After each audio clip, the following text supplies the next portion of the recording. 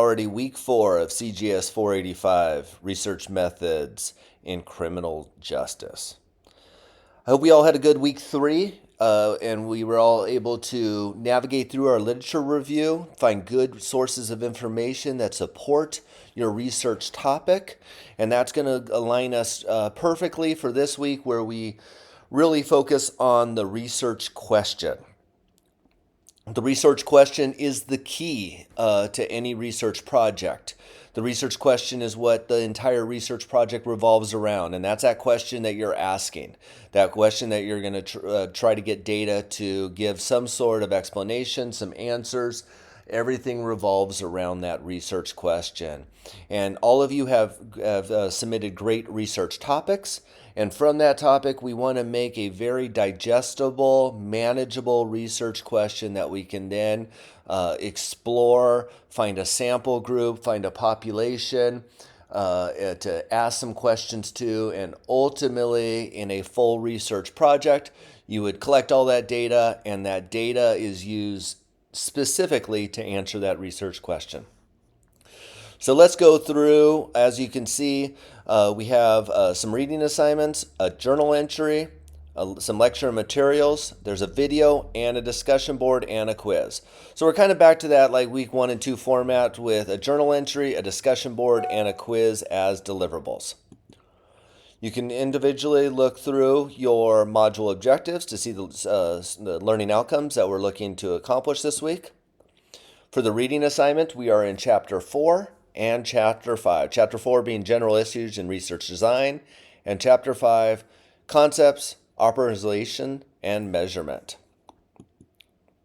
For our journal entry here in week 4, we're going to put it all together on pages 104 and 105 and on page 130 and 131. Based on the information and data provided, reflect on data from the New Jersey Turnpike study. And the questions that I'm asking you to write on, and remember your journal entry is a cumulative journal entry to build upon the previous journal entries as if you were having a conversation between yourself and I. And the questions I'm asking you to explain to me is, did the researcher do a good job of identifying all the variables that could affect discriminatory behavior? If not, what factors might be in play?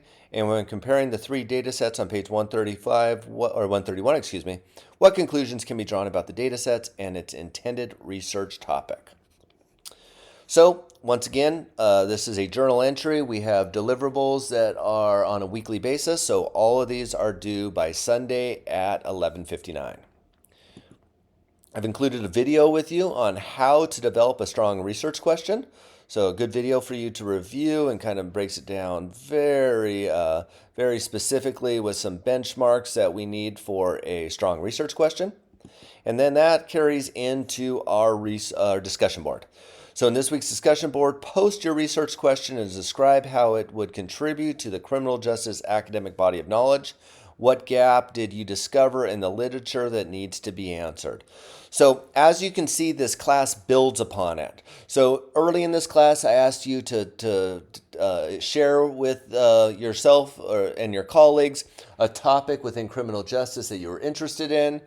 In week 3, we asked you to write literature review on any articles out there. And now we're going to ask you to write a research question. And remember, this research question is a part of this research study that we're going to do, that we're going to at least create the foundation for. We're not going to completely do the study, but we're going to really, in essence, create these first 3 chapters of a makeshift prospectus. And it all revolves around a research question. So, like any research question, it needs to be in a question format, and it needs to be something realistic that you could potentially find data to answer. And I hopefully, between the video and those points, you'll get an understanding of what we're looking for. And then finally, week 3, quiz. It is based upon the chapters reading in 4 and 5. You have 2 attempts. You'll receive the highest grade of the 2 attempts. So hopefully that helps you out.